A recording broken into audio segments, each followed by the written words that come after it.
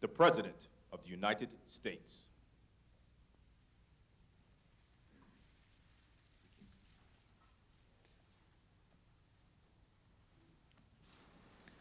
That's why months later we went to the Security Council to get another resolution called 14.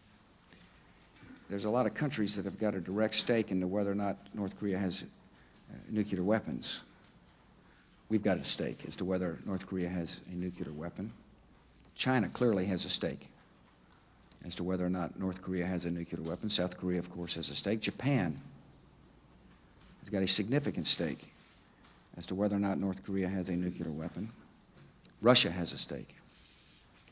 So therefore, I think the best way to deal with this is in multilateral fashion by convincing those nations that they must stand up to their responsibility, along with the United States, to convince Kim Jong Il that the development of a nuclear arsenal is not in his nation's interest, and that should he want help in easing the suffering of the North Korean people, the best way to achieve that help is to not proceed forward. We've tried bilateral negotiations with North Korea. My predecessor, in a good faith effort, entered into a framework agreement. The United States honored its side of the agreement. North Korea didn't. While we felt the agreement was enforced, North Korea was enriching uranium. In my judgment, the best way to deal with North Korea is to convince parties to assume their responsibility. Security Council. Total disarmament. He provides funding and training and safe haven to terrorists.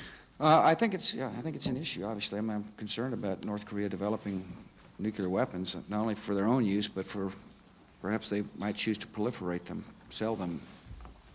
They may end up in the hands of dictators, people who are not afraid of using weapons of mass destruction, people who try to impose their will on the world or blackmail free nations. Concerned about it. We're working hard to bring a diplomatic solution, and we made some progress. After all, the IEAE asked that the Security Council take up the North Korean issue, and it's now in the Security Council. To inspectors, and the world would witness their destruction, are not acceptable. The only acceptable outcome is the one already defined